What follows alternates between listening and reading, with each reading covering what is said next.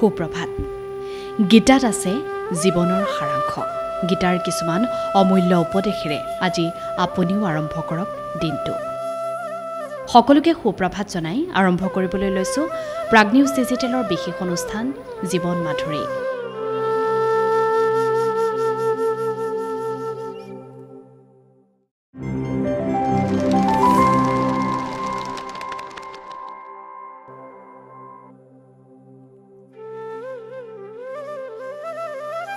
শ্ৰীমদ ভাগৱত গীতা হৈছে বহুমূলীয়া এখন ধৰ্মীয় গ্ৰন্থ।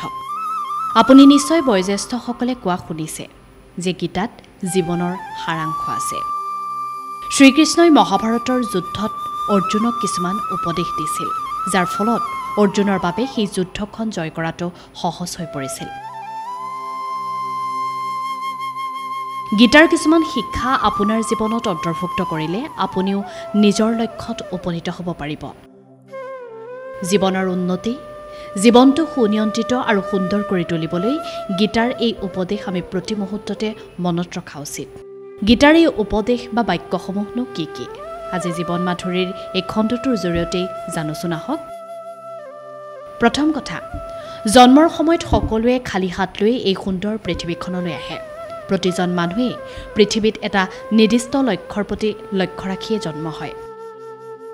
সেই নিৰ্দিষ্ট লক্ষ্যটোৱে হৈছে জীৱনটোৰ প্ৰথম উদ্দেশ্য। আপুনি মনত ৰখা উচিত যে প্ৰচুৰ ধন সম্পত্তিৰ প্ৰতি কেতিয়াও লোভী হোৱা উচিত নহয়, কাৰণ আমি গোটেই জীৱন যি উপাৰ্জন কৰোঁ সেয়া কেৱল নিজৰ বাবেহে, যি কেতিয়াও চিৰস্থায়ী নহয়। দ্বিতীয় কথা, পৃথিৱীৰ সকলো বস্তুৱে সলনি হৈ আছে। সময়ৰ লগে লগে মানুহ সলনি হয়, সমাজ পৰিৱৰ্তন হয়।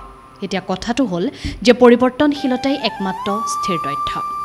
আনহাতে প্ৰতিটো নিৰ্জীৱ বস্তু আৰু জীৱৰ এটা নিৰ্দিষ্ট জীৱন চক্ৰ থাকে, একোৱেই স্থায়ী নহয়।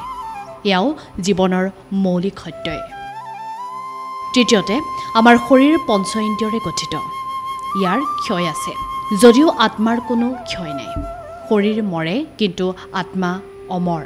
গতিকে আত্মাৰ শান্তি কেৱল আমাৰ কৰ্মৰ দ্বাৰাহে সম্ভৱ হয়। গতিকে জীয়াই থাকোঁতেই আপোনাৰ কৰ্ম কৰক।